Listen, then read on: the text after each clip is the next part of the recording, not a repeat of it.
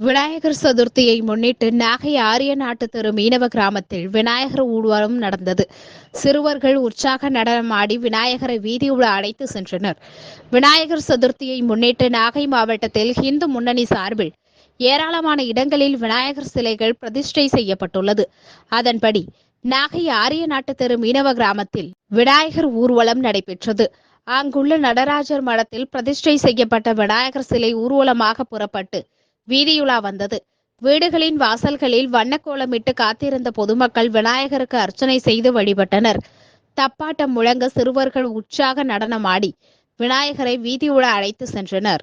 வருகின்ற செப்டம்பர் 15ஆம் தேதி நாகை நகரம் மற்றும் கிராமங்களில் பிரதிஷ்டை செய்யப்பட்ட விநாயகர் சிலைகள் நாகை நெல்லுக்கடை மாரியம்மன் ஆலய வீதியில் ஒருங்கிணைக்கப்பட்டு பிரம்மாண்ட ஊர்வலம் நடைபெற்று புதிய கடற்கரையில் விசர்ஜனம் நடைபெற உள்ளது.